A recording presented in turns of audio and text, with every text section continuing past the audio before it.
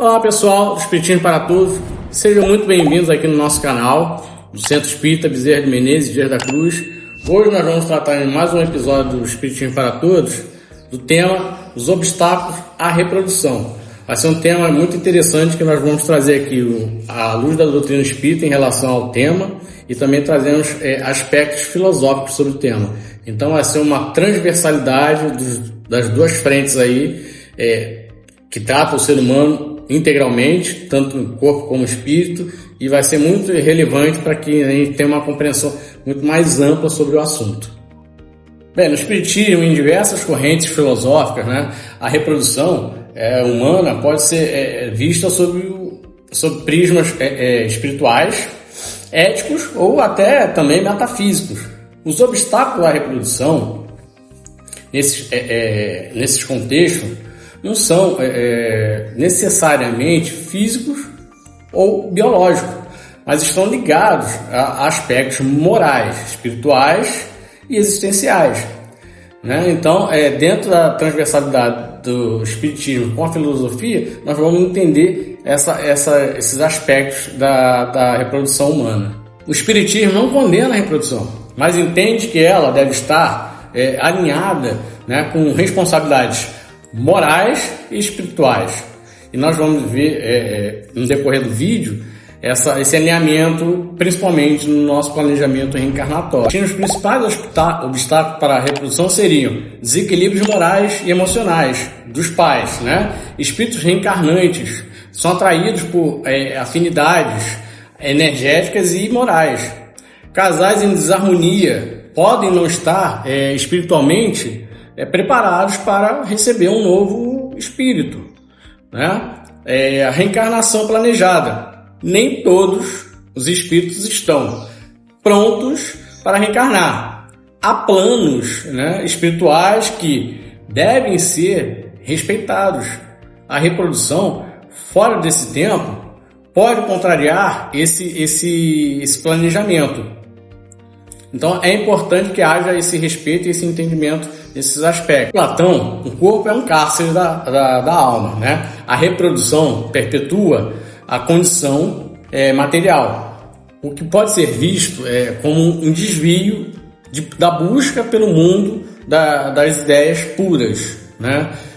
Já o existencialismo, Jean Paul Sartre, a escolha de gerar filhos deve ser feita com plena consciência da liberdade e da responsabilidade.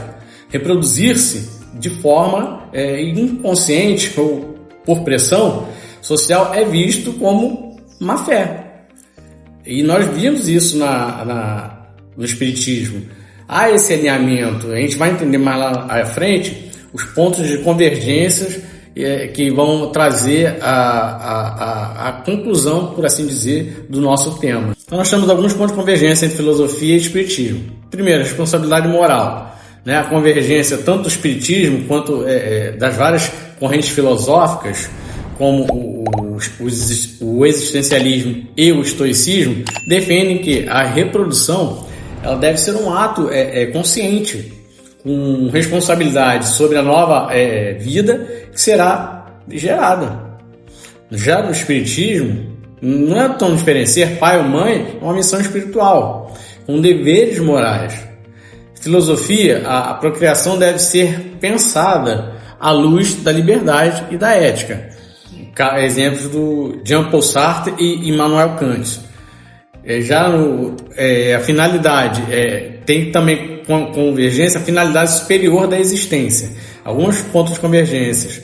Ambas as visões consideram, tanto o espiritismo quanto a filosofia, consideram a vida humana tem um propósito mais elevado que o simples instinto biológico. No espiritismo, a vida tem como fim a evolução espiritual do espírito.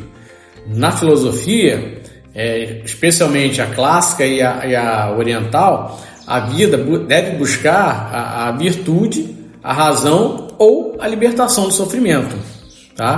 Então esses são alguns dos pontos, a gente vai ver outros pontos agora mais adiante.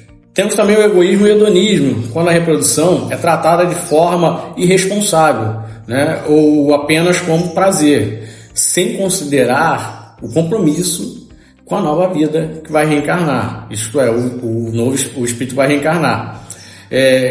Constitui um obstáculo moral também, o aborto voluntário. Em muitos casos, a interrupção da gestação representa uma ruptura do processo reencarnatório e é entendida como um grave obstáculo espiritual, tá? Então, é necessário que se tenha esse entendimento sobre a questão da responsabilidade do espírito que vai reencarnar e a responsabilidade do aborto voluntário, natural, vamos colocar dessa forma. O aborto natural, que não há a intenção por parte dos pais, tá? Não é provocada, é natural.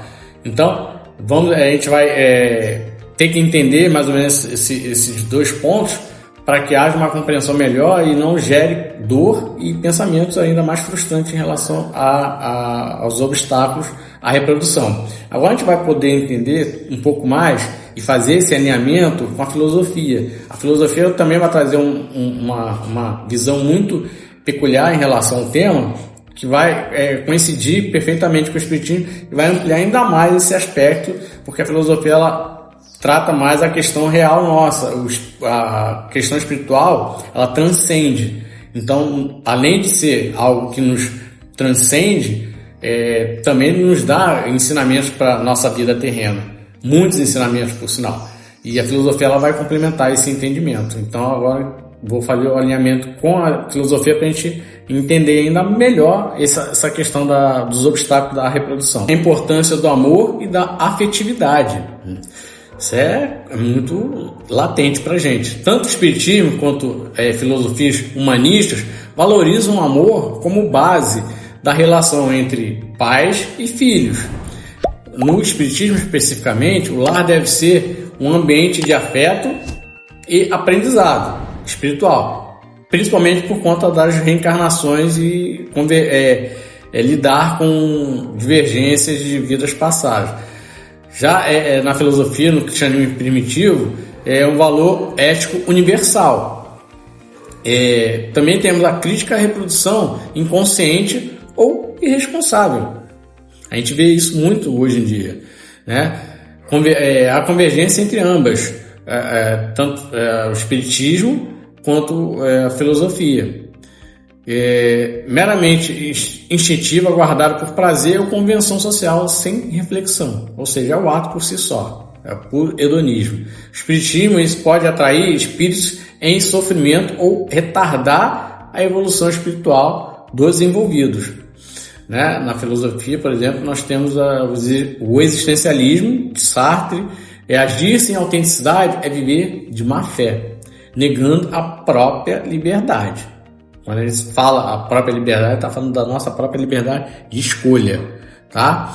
O tópico mais importante que é o respeito à vida, né? A convergência, a vida é vista como um bem precioso, que não deve ser interrompido ou tratado com descaso, né? O espiritismo, o aborto voluntário é, salvo exceções, considerado uma falha grave. A filosofia, né, exemplo kantiana, a vida humana tem dignidade e não pode ser usada como meio, tá? Então, esses aspectos são extremamente importantes para ter uma ampla consciência de quais são os obstáculos à reprodução, o que fala o espiritismo, o que fala a filosofia. Portanto, a reflexão que podemos fazer sobre, né, a reprodução humana a partir do espiritismo e da filosofia revela que mais do que um ato biológico, gerar uma vida envolve compromissos profundos com a ética, o amor e o sentido da existência.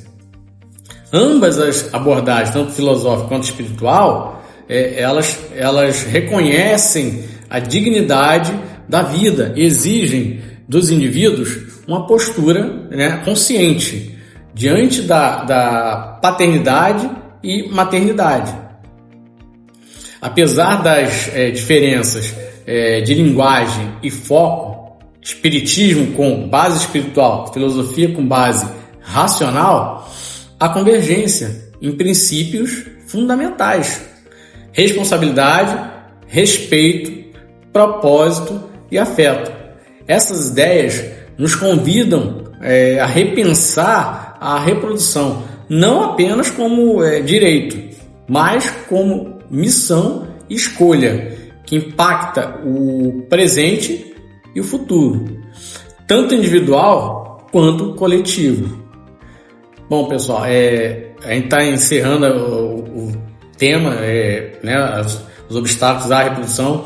Espero que tenham gostado. Se gostou, compartilha, curte, envia para o seu amigo, para as pessoas que elas não conhecem nada sobre o espiritismo ou é simpatizante, para elas terem uma noção mais.